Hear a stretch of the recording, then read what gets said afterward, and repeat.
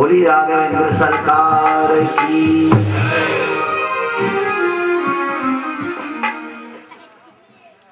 आइए हमारे श्री चारभुजानाथ की छत्र छाया में उन्हीं की सत प्रेरणा से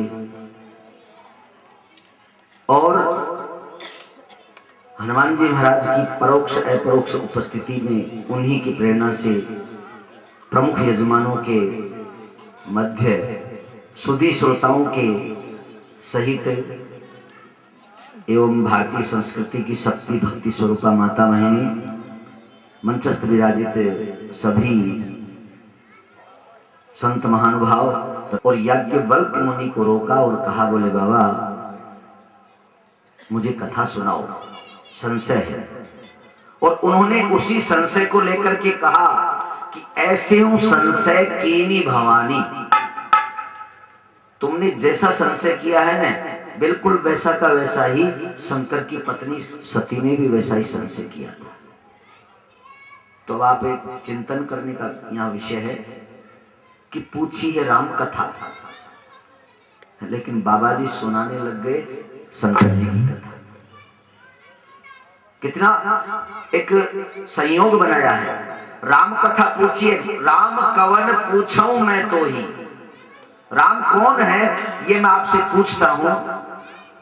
और राम की जब राम का प्रश्न किया तो उत्तर भी राम का ही होना चाहिए। राम का उत्तर नहीं दिया, उन्होंने सीधे सीधे शंकर जी की कथा सुनाना शुरू कर दिया। यहां एक सीखने जैसी बात यह है कि राम,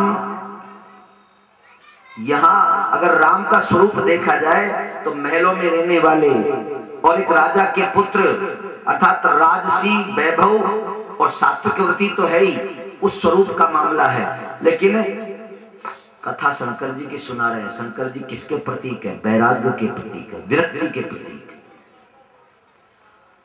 यहां जैसे आप लोगों के कई चीजों के टेस्ट होते हैं ना, दूध का टेस्ट होता है और भी किसी का सैंपल ले लिया जाता है, तब वो सैंपल लेबोरेटरी में जांच होने के बाद उस पर ठप्पा लग जाता है, ISI मार्क का हो जाता है कि ये मार्केट में चल निकलेगा।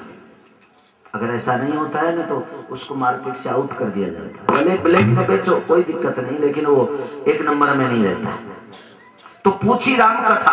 अब राम कथा पूछी तो राम का स्तर, राम की कथा और ये व्यवस्था है कि इतनी उच्च स्तर की है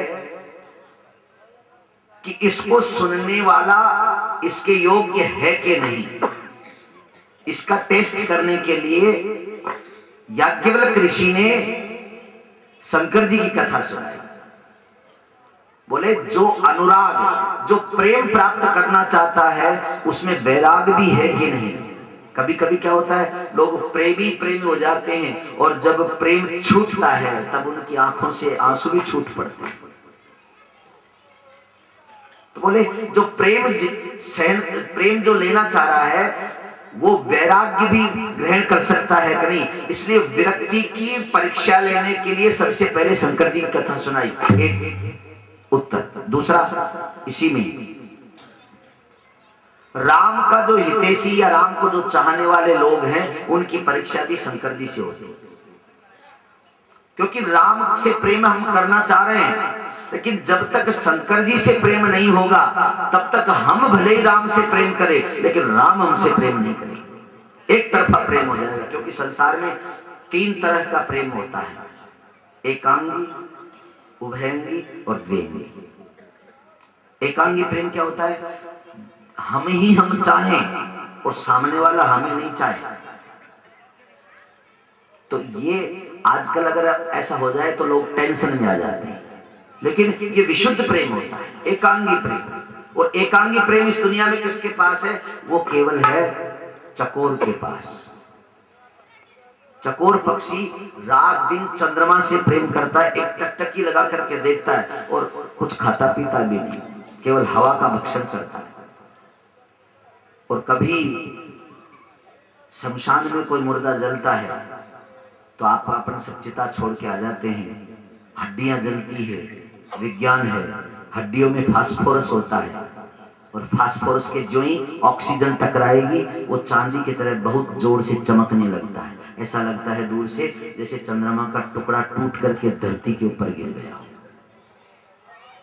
तो चकोर जो है दूर से देखता है, चंद्रमा को देखता है, चिता की अग्नि में उस हड्डी के अंगारे को देखता है और वो तुलना करता है कि ओहो, मेरे प्रेमी का कुछ अंश इस धरती पर आ गया, चलो मैं उसको उठा लूं।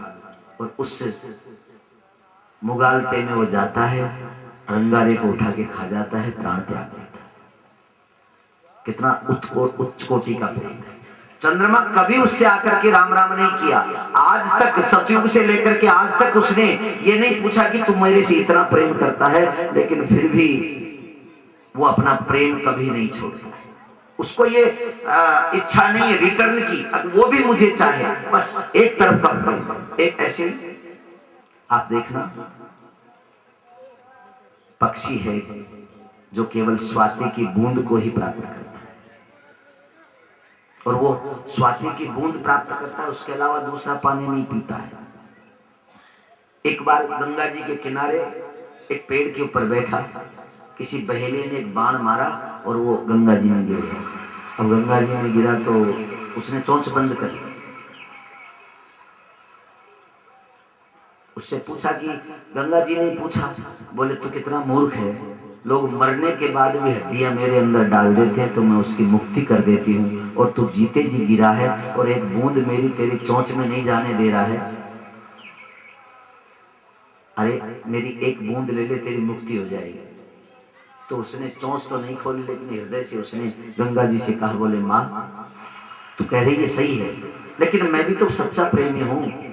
मैंने जीवन में स्वाति की बूंद को छोड़ करके दूसरी बूंद को नहीं लिया है। अगर हम आज मुंह खोल देंगे और तेरा ये अमृत जैसा जल भले ही जाएगा, लेकिन हमारे कुल खानदान का नाम मिट्टी में मिल जाएगा कि एक ऐसा हुआ जिसने गंगा जी के दौर से। ये होता है सुदृढ़ प्रेम, एक तरफा एकांगी प्रेम, विशुद्ध प्रेम होता है। तो विशुद्ध प्रेम अर्थात राम जी से तुम प्रेम करना चाहो और शंकर जी से तुम नफरत करो, या शंकर जी आपको अच्छे ही नहीं लगे, तो राम जी का प्रेम कभी मिल ही नहीं सकता है। इसलिए याज्ञवल्क्य ऋषि, आप जानते हैं इनकी क्या डिग्री है। चौपाइयों को थोड़ा ध्यान से सुना करो, याद रखा करो, तो आनंद आएगा कथा में। अगर तुमने लिंक नहीं बना के रखा तो प्रतिदिन का डेली मनोरंजन और डिस्पोजल ग्लास की तरह हो जाएगा ये कथा। इसलिए पीछे का लिंक बना के रखो। याज्ञवल्क्य मुनि परम विवेकी, कितनी बढ़िया डिग्री इनके पास। केवल विवेकी नहीं, केवल विवेकी होता है वो तो कहीं न कहीं धोखा खा जाता है, लेकिन परम विवेकी जिसके साथ में उत्कृष्ट एक सम्मान मिला हुआ है, डिग्री मिली हुई है, ऐसा परम विवेकी याज्ञवल्क्य मुनि परम विवेकी। तो ऐसे परम विवेकी ने परीक्षा ली भरद्वाज जी की। बोले मैं इनको कथा सुनाऊं, और विवेक से उन्होंने कहा कि इसका शंकर के प्रति प्रेम है कि नहीं, इसलिए शंकर जी की कथा सुनाना प्रारंभ कर दिया। और शंकर जी की कथा सुनाई तो आप देखिए, ये कथा जो है ना विश्राम देने वाली है। इस कथा में एक उल्लेख आया है, बुध विश्राम सकल जनरंजनी, बुध विश्राम सकल जनरंजनी। बुध विश्राम, ये बुध यानी बुध का मतलब होता है ज्ञानी। ज्ञानी को ये संतोष और विश्राम देने वाली है, और भक्तों को ये आनंद देने वाली है। तो अब याज्ञवल्क्य मुनि ने सोचा ये ज्ञानी है या भक्त है। अगर ज्ञानी होगा तो मेरी बात ज्ञान से सुन करके उसका सारांश निकालेगा, और भक्त है तो वैसे भी राम जी के चरणों में अनुरक्त हो जाएगा। तो शंकर जी की कथा, और वो कथा कैसे, सती की सही। तो कल प्रसंग अपना चल रहा था सती महारानी को लेकर के, और चले आप देखना भारतीय संस्कृति में क्या पूरे विश्व में आप भले ही कथाओं का सम्मान नहीं करें, लेकिन पूरे विश्व में भगवान राम की कथा का सम्मान है। और ये बड़े बड़े हवेली वाले कथा को भले ही सम्मानित रूप से नहीं देखें, लेकिन मैंने आंखों से देखा है कि मेरे देश का एक चमार जो होता है जूती गांठने वाला, वो भी कथा का सम्मान करता है। एक बार खरगोन मध्य प्रदेश में हुआ, मंडी में, जैसे मंडी में कथा हो रही थी वही कथा थी। और वहां काफी, बंबई पास में पड़ती है, तो हीरो लोग भी काफी आए थे। जो राम बनता है वो क्या नाम, अरुण गोविल, वो भी 1-2 दिन उसने भी भाग लिया। तो भीड़ भी काफी आती थी वहां।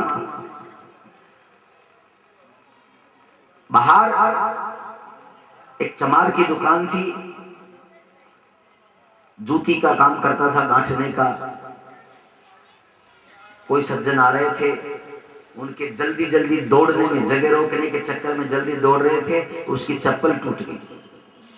उसने चप्पल जल्दी से कहा, बोले भैया मेरे चप्पल के 2 टांके लगा दे, तेरे को जो पैसा लेना है। उसने कुछ नहीं बोला, टांके लगा दिए, चप्पल फेंक दी। उसने भी 10-20 रुपए जो भी थे निकाल करके दिए। उसने जूती गांठने वाले ने जानते हो क्या कहा? बोले महाराज, वो बोले भगत जी मैं तो मजदूर हूं, मैं यहाँ नहीं बैठूंगा तो शाम को बच्चों के लिए रोटी जुटा नहीं पाऊंगा, इसलिए मैं कथा नहीं सुन सकता। लेकिन तुम कथा सुनने जा रहे हो और ये चप्पल टूट गई, इससे तुम्हारी कथा सुनने में विघ्न आ रहा है। मैंने इसमें 2 टांके लगा करके आपके विघ्न को दूर कर दिया। आप कथा सुनने जाओगे ना, वही सबसे बड़ा पुण्य मेरे को मिल जाएगा, मुझे पैसे मिल जाएंगे। इतना उत्कृष्ट विचार यहाँ होता है। यहाँ की देश की संस्कृति को आप तोलिए कितनी ऊंची है। अरे आप जीते जी भले किसी के थप्पड़ मार दे, लेकिन जब आदमी मर जाता है और तुम वाहन से निकल रहे हो और उसकी अर्थी आ रही हो, तो तुम 2 मिनट रोक करके उसको भी प्रणाम करते हो। यहाँ मुर्दे को भी प्रणाम किया जाता है। आदमी जब पंच तत्व में विलीन हो जाता है उसको भी प्रणाम किया जाता है। मरने के बाद भी उसकी भस्मी को भी प्रणाम किया जाता है। नंगे पैर गले में भस्मी लटका करके और व्यक्ति हरिद्वार तक जाता है। कितना बड़ा सम्मानजनक स्थिति है भारतीय संस्कृति की, कितनी ऊंची संस्कृति है हमारे देश की। और यहाँ पत्थर भी पूजते हैं, नदी भी पूजते हैं, पहाड़ भी पूजते हैं, वृक्ष भी पूजते हैं, यहाँ का कण कण पूजते हैं। और तो और ये जो पीली मिट्टी है ना, इस पीली मिट्टी मैया माता बहन खेतों से खोद करके लाती है और उस पीली मिट्टी को भी पूजती है। अर्थात जिस दिन वो गाज दस्से आती है ना, उस दिन गाज दस्से के दिन उस मिट्टी की ही पूजा होती है, उसी की पूजा की जाती है। मिट्टी की भी पूजा होती है हमारे देश में। कितना बड़ा आस्था का केंद्र है ये देश। और विदेश के लोग इसीलिए तो परेशान हैं कि इस देश में से दो तीन चीज अगर हट जावे तो हम लोग इस देश को जीवन में कभी गुलामी से छोड़े ही नहीं। सिकंदर जब इस देश को फतेह करने के लिए आने लगा तो उसके गुरु जरथुष्ट ने सिकंदर को बुलाया और कहा, बोले सिकंदर इधर आओ। कहां जा रहे हो? बोले मैं भारत को विजयी करने जा रहा हूं। बोले बेटा वहां सेना भले कम हो, कोई टेंशन नहीं, वहां संपन्नता भले तेरी दृष्टि में बहुत है, लेकिन उस धन की रखवाली करने वाले लोग भले ही कम हो, लेकिन भारत में इतनी चीजें जब तक रहेगी तुम इंडिया को, भारत को कभी भी फतेह नहीं कर सकते। बोले कौन सी? तो जरथुष्ट के मित्र थे सुकरात, उन्होंने कहा तुम उसके पास जाओ। सुकरात के पास भेजा। सुकरात के पास गया और उसने जाकर के कहा, बोले महाराज मैं भारत जा रहा हूं, मैं वहां विजय प्राप्त करना चाहता हूं, कैसे क्या करना चाहिए, कैसे घुसूं? तो कहा सुकरात ने, राजन विजय कर जब यहां आना, हमारे वास्ते 7 चीजें भारत से ला। उन्होंने कहा 7 चीजें लेकर के आना। बोले क्या? बोले देखो राजन, वहां से थोड़ा गंगा जल भी लाना, जिसको पी करके वहां के मुनियों ने गहरे तत्व को छाना, हो सके यदि तो बांस की बंसी भी लाना राजन, बजाकर हम भी देखेंगे कि उसका स्वर था कैसा मस्ताना। हो सके तो कमल का फूल भी लाना। और राजन सब कुछ मिल जावे, लेकिन कहीं मिले तो किसी साधु का कमंडल भी लेकर के आना। अब वो तो महत्वाकांक्षी, एम्बिशन इंपीरियर, महत्वाकांक्षी राजा था, तो उसके तो ये बातें समझ में नहीं आई, लेकिन सुकरात तो संत थे न, उन्होंने कहा कमंडल, इसको कमंडल लेना होगा तो 50 वर्ष तक संतों की सेवा करना पड़ेगा, तब जाकर के कमंडल मिलेगा। और अगर इसने भारत के संतों की सेवा कर ली तो फिर ये जो है ना, इस तरह का महत्वाकांक्षी नहीं रहेगा, एकदम सरल और बहुत पवित्र राजा बन जाएगा। क्योंकि कमंडल लेने के लिए साधुओं के पास जाना पड़ेगा, गंगा जल लेने के लिए भी इसे संतों के बीच में होकर के जाना पड़ेगा।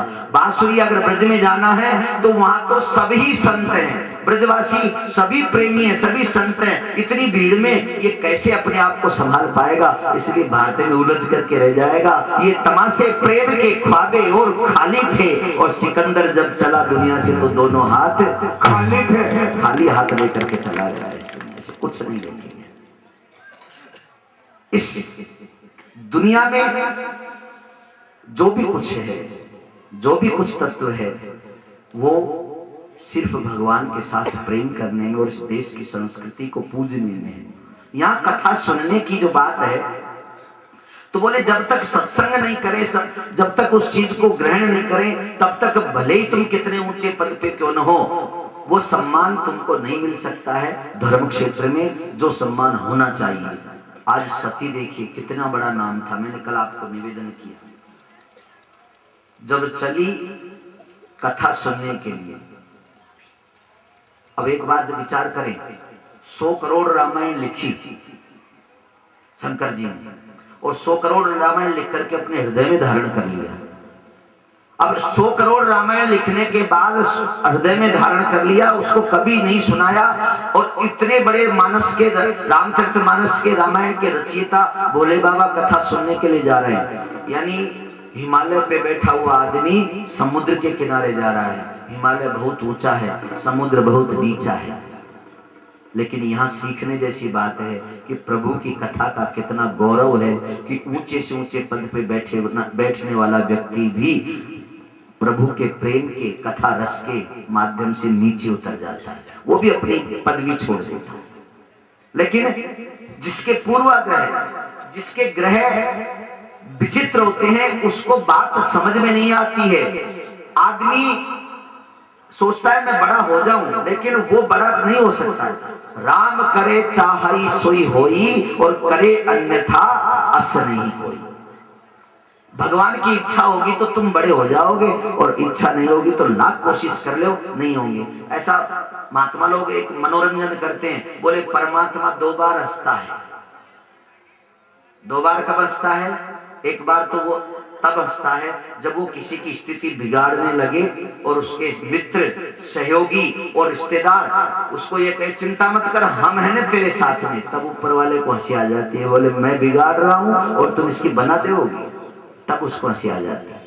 और एक दूसरी बार कब हंसता है? जब वो किसी की स्थिति सुधारने लगे, उसको ऊंची स्थिति में पहुंचाने लगे और लोग बाग टांग खींचने लगे, तब उसको हंसी आ जाती है। बोले मैं इसको ऊंचे ले जा रहा हूं और तुम टांग खींच करके इसको क्या गिरा दोगे? कदापि संभव नहीं है।